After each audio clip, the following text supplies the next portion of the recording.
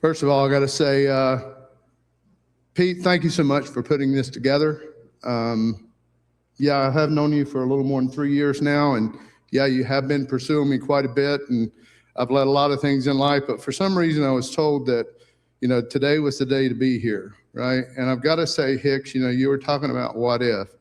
Thinking back to what happened to Saul on the Damascus Road, right? When he was blinded, and we all know the story and how he came on to become an advocate.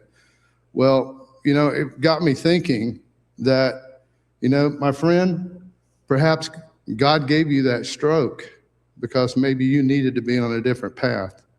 Maybe you needed to be the guy that was putting together this group, this panel of servant-hearted leaders in our community, and maybe that was God's purpose for you. So I love you, and I think we all love you for where you're at and appreciate all you're doing in the community. Gotta work on that spelling though. So yeah. Well, he can't use my excuse. That is, I tell people my memory is what used to hold my hair in, so I have a good excuse. Pete can't use that one, obviously. But in any case, again, and it is a privilege to be here with so many servant-hearted leaders. For those of you that are watching online, I hope you realize that none of us are meant to travel this life alone, right? It's about community. It's about leaning. It's about pouring into each other. And that's why today I spend a lot of time, and I want to thank my fellow veterans that are in the room, because we are a shrinking community, right? We've lost almost all of World War II vets. We're starting to lose our Vietnam, Korean vets and whatnot, and fewer people are enlisting in the military. So the veteran community is becoming a shrinking commodity. And I, as somebody that I did not spend a full career in the military. I was 9 years in the Air Force, and coming up this October, it'll be 40 years I've been out. It's hard to believe it's been that long. But through that process, it's taught me and shown me areas that we need to work on when it comes to our veteran community and its ability to really make a difference and make an impact on society and on our communities and whatnot.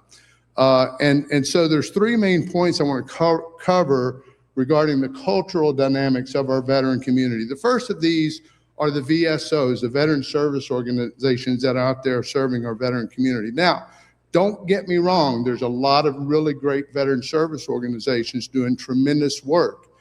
But it got me thinking about the narrative that we hear so many times when we hear about addiction. We hear about PTSD. We hear about traumatic brain injury, right? The mental health, the suicides, right? It creates this false narrative that those individuals who have gone through the military and come out on the other side are damaged in some way, that we're a damaged community. In fact, in 2022, the Army did a survey that most young people said they didn't want to go into service for fear of injury or death.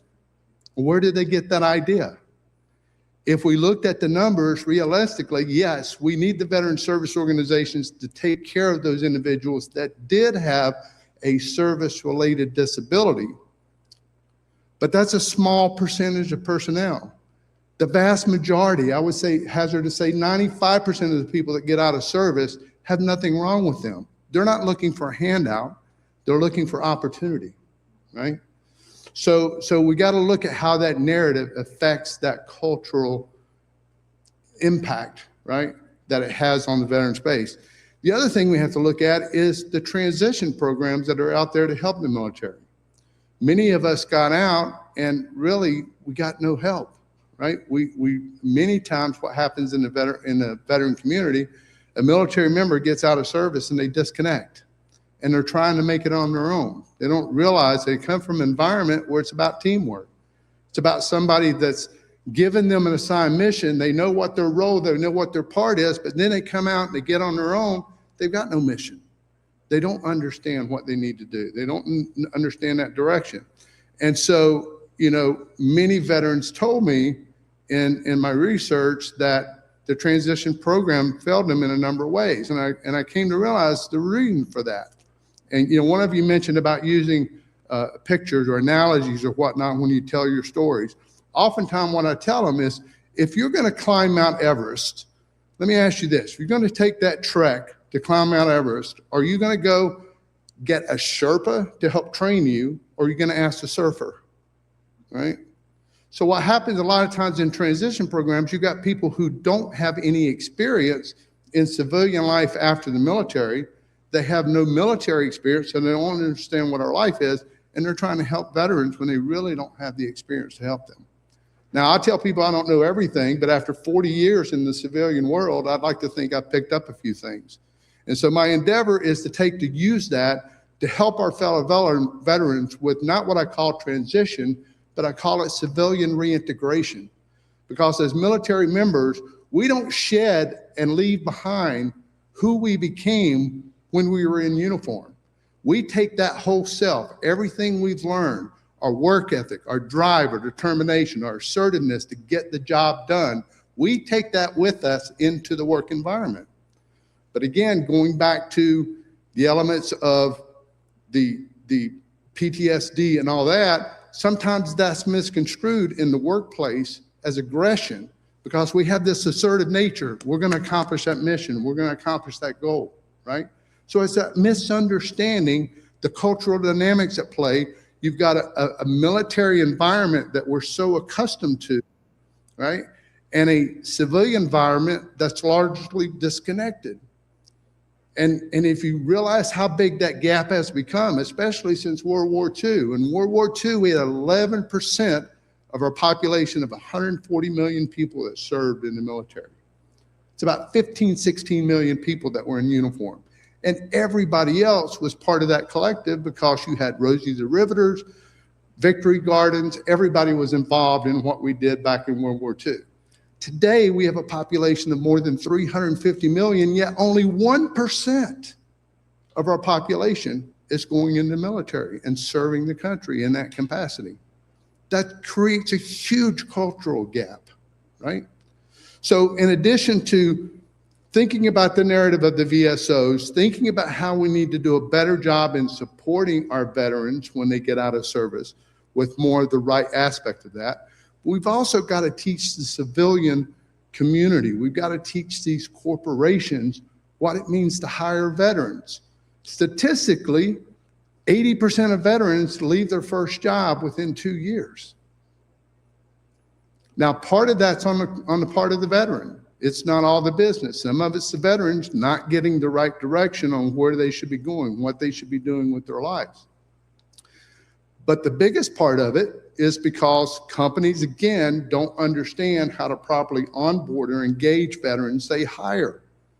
What they don't understand is as military members, we come in an environment where we get 2 growth tracks.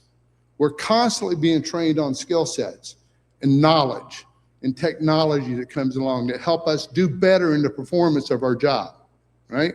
The second growth track we get opportunities for promotion. And it's not a given. We've got to test for it, right? We've got to do the training for it. And we've got to go to classes to learn to be those leaders as we get promotions. But still, we get those 2 growth tracks.